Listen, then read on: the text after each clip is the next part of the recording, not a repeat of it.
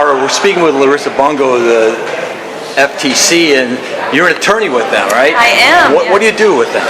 I work for the FTC's Division of Consumer and Business Education, and what we try to do is get the word out about scams, and we try to help people understand what their rights are, and businesses help them understand what their responsibilities are. You know, when we think about some of the new things, technology is always for good and bad, and it can be abused. And we see some of the things with phishing, artificial intelligence. I mean, things you don't know what to believe or what you can trust anymore. How do you deal with that and let people know what's legit? Sure. Well, one thing I'd like to encourage everybody to do is sign up for consumer alerts. We have free publications that we hope people will share in their community that alerts folks about the new trends and scams. So you can sign up at ftc.gov/consumer alerts. But the big scam we're seeing today are imposter scams. People have reported losses of up to $1.3 billion in just the first half of 2024 alone.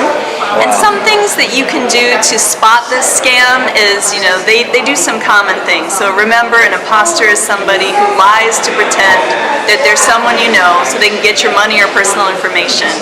They're always going to call you out of the blue unexpectedly. They want you to act urgently, and they want to distract you. They don't want you to talk to anyone about what's happening. And then finally, they're going to tell you you need to give them your information or your money. And if they start telling you that you need to pay, and they insist you pay by cash, money wire, gift card, peer-to-peer transfer, cryptocurrency, you know it's a scam, because no legitimate business or government agency is ever going to call and tell you you need to pay that way, but scammers will. You know, as an attorney, have the laws kept up with the technology? I mean, there are things now that we didn't have 10 years ago, maybe when the laws were written. Are the punishments fitting what's out there now with AI and phishing and imposters and all? Right. The FTC does have a new rule. It's called the imposter rule.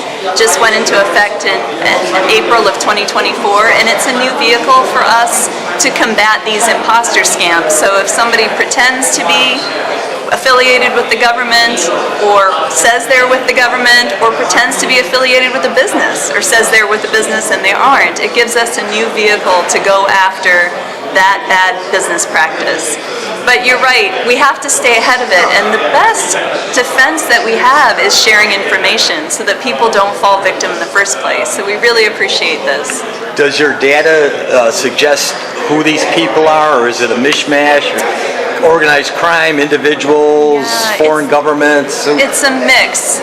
We don't know all of the places that the scams generate, but we do know that we are all susceptible. And so again, it's really important to share information about what to watch out for so that people can avoid these scams. And like we were saying with John, as they target especially members of ethnic groups, maybe seniors, vulnerable people like that, there's no shame in being paranoid or reporting or checking with FTC, and certainly if you're a victim of a scam, to let people know so you can do your job then. Yeah, exactly right. It's so important to report. And please know, you can report anonymously, you can report as little or as much as you want. The main thing is, when you report, that information helps to inform us, both with our law enforcement cases and the outreach that we do, the education and the information that we're able to share. And we know that scammers are in every community. They speak the language we speak at home. And so it's important to share that information out so you can protect yourself and your community. So hopefully you'll never be a victim, but if you are, protect the rest of your community and the people by reporting it. There's no shame. You can do it anonymously, as you said, and check out the resources at ftc.gov, right, Larissa? Exactly, yes, and report fraud. You can report fraud at reportfraud.ftc.gov. You can also call. You can call 877-FTC-HELP, press 3 for an interpreter if you need it. You'll get next step help, and you'll be helping your community. All right, so Larissa with the FTC. Thank you.